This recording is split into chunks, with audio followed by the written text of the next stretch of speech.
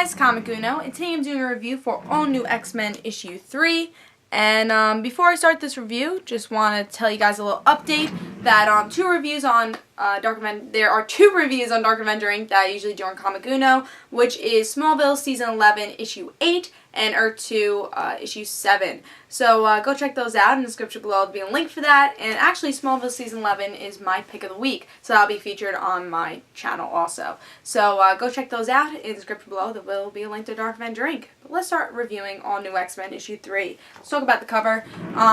Great cover. Love the art. Love the beams. I love the powers they've been using for Cyclops and Magneto, and pretty much everybody, but Cyclops, really amazing art for this, and great cover. You know I'm not a big fan of Cyclops, so I wasn't really looking forward to it, but I'm excited to see how the villains are going to react to, you know, the past selves, and I'm like, oh, maybe this will happen in this issue. So I've been loving All New X-Men, actually. It's been one of my favorite Marvel Now series so far, and I was just very excited for issue 3.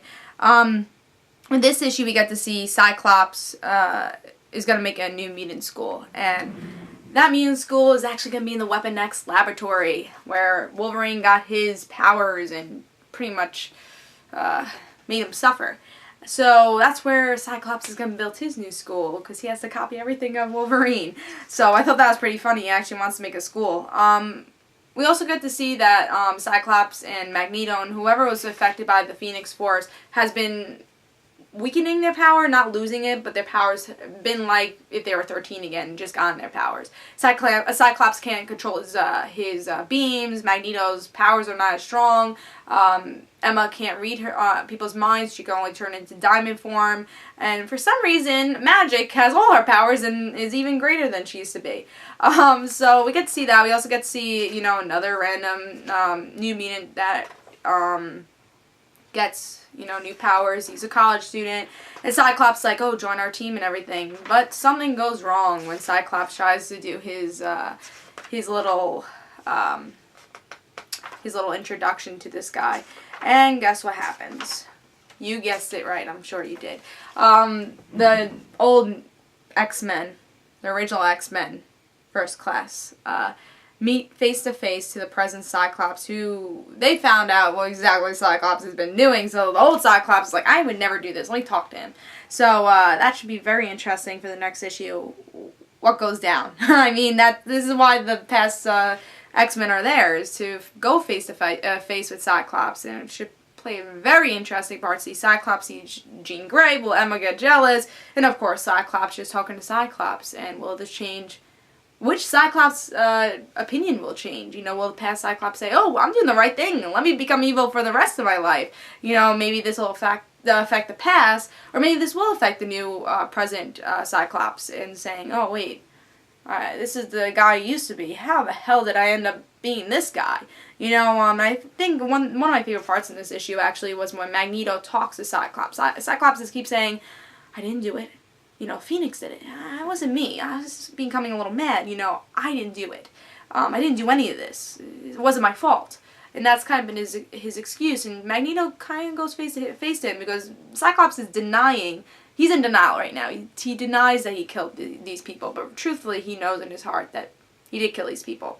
Magneto says, you know, in my past, I've done some bad things. I always blamed it on madness. And now I finally realize I can only blame it on myself. Madness didn't do this. I did this. And Cyclops has to realize, I think the one step of changing himself and becoming a better person, becoming a villain, is by telling himself, I did do all these things. And I think that's the only way we're going to see this character develop. And I really love that scene, because it really shows what Cyclops feels with that. Even though I'm not a humongous Cyclops fan, I did really enjoy this issue. I think it is a little bit less stronger than what we've been getting with the other issues. With the past two issues were very strong. I think this was a solid issue, but wasn't amazing. But I think it continues. That cliffhanger is just, you know, that's where stuff is going to happen. And I think next issue is going to be very exciting. And that's where this whole series has been going, is because of this. And we finally get this with the end of this issue. So pick this up. I thought it was a really good issue. It is not as good as issue 1 and 2, but still very good. This is one of my favorite Marvel Now titles, and it hasn't let me down yet. Brian Michael Bendis has been doing a really good job. The art was really good. Story was really good. I actually think there's only complaint I had with the art, actually, was there were some facial expressions that are kind of weird. Here's Emma's facial expression. If you can see that. Yeah, that was kind of weird. Oh, here's another one of Emma's. So there's here and there's some weird facial expressions, especially from Emma. But other than that, the art was pretty good, and everything was pretty good. I really enjoyed it. I'm going to give it 4 stars. Guys, don't forget to follow me on Twitter for Comic Uno and The Right Situations. Hope you guys enjoyed. I say pick this up. If you haven't been picking up all new X-Men, it's a great series just for all the X-Men.